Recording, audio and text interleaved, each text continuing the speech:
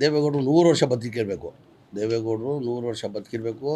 ಒಬ್ಬ ರಾಜಕಾರಣಿಗೆ ರಾಜಕೀಯ ಗುರು ಅಂತ ಹೇಳ್ತಾರೆ. ನನ್ನ ರಾಜಕೀಯ ಗುರು ದೇವೇಗೌಡರೇ. ಒಬ್ಬ ರಾಜಕಾರಣಿಗೆ ಯಾರನ್ನ ಇರಲಿ ಈ ಎತ್ತರದಲ್ಲಿ ಬೆಳಿಬೇಕಾದ್ರೆ ರಾಜಕಾರಣಿಗೆ ಒಬ್ಬ ರಾಜಕೀಯ ಗುರು ಇರ್ತಾರೆ. ನನ್ನ ರಾಜಕೀಯ ಗುರು ನಾನು ಕಾಂಗ್ರೆಸ್ ಪಕ್ಷದಲ್ಲಿ ಇರ್ಬೋದು, ಅಂದರೆ ನನ್ನ ರಾಜಕೀಯ ಗುರುಗಳು ದೇವೇಗೌಡರೇ.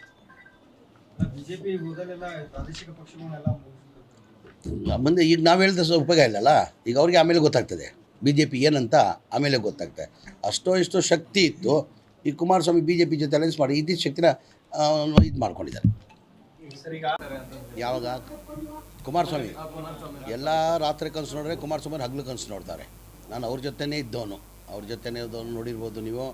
ಅವರದು ಚಟ ಅಂತಾರೆ ಕುಮಾರಸ್ವಾಮಿಗೆ, ಒಂದು ಚಟ.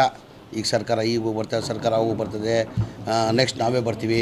13ರಲ್ಲಿ 8ಅಲ್ಲಿ ಬರ್ತೀವಿ ಅಂತ ಹೇಳಿದ್ರು, 8ಅಲ್ಲಿ ಬಂದಿಲ್ಲ. ಆಮೇಲೆ 13ರಲ್ಲಿ ಬರ್ತೀನಿ ಅಂದರು, 13ರಲ್ಲಿ ಬಂದಿಲ್ಲ. 18ಅಲ್ಲಿ ಬರ್ತೀನಿ ಅಂದರು, 18ಅಲ್ಲಿ ಬಂದಿಲ್ಲ. 23ರಲ್ಲಿ ಬರ್ತೀವಿ ಅಂದರು, 23ಕ್ಕೆ 19ಕ್ಕೆ ಬಂದು ನಿಂತ್ಕೊಂಡ್ರು. ಸಿದ್ದರಾಮಯ್ಯ ಇರುವಾಗ ಜನತಾದಳ ಪಕ್ಷ 59 ಸೀಟ್ ಗೆದ್ದಿದ್ದು. ಎಷ್ಟು? 59 ಸೀಟ್. 2004 ಚುನಾವಣೆಯಲ್ಲಿ 59 ಸೀಟ್ ಗೆದ್ದಿದ್ರು.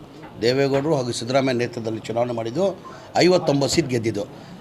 ರೀಚ್ ಆಗೋಕ್ಕಾಗಲಿಲ್ಲ ಕುಮಾರಸ್ವಾಮಿಯು. 59 ರೀಚ್ ಆಗೋಕ್ಕಾಗಲಿಲ್ಲ ಅವರು.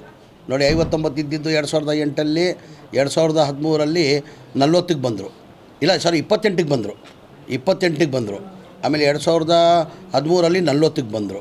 2019ಅಲ್ಲಿ 28 ಬಂದರು. ಈಗ ಮೊನ್ನೆ ಚುನಾವಣೆಯಲ್ಲಿ 19 ಬಂದರು. 2023 ಚುನಾವಣೆ ಮುಂಚೆ ಏನು ಹೇಳ್ತಾಯಿದ್ರು?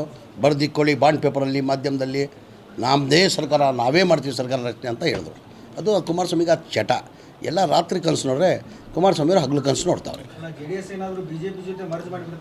ಇಲ್ಲ, ಅವ್ರು ಜಡ್ ಆಲ್ರೆಡಿ ಮರ್ಜ್ ಮಾಡ್ದಂಗೆ ದೇವೇಗೌಡರು ಇರೋವರೆಗೂ ಸ್ವಲ್ಪ ಅಲೈನ್ಸ್ ಆಗಿರ್ತಾರೆ.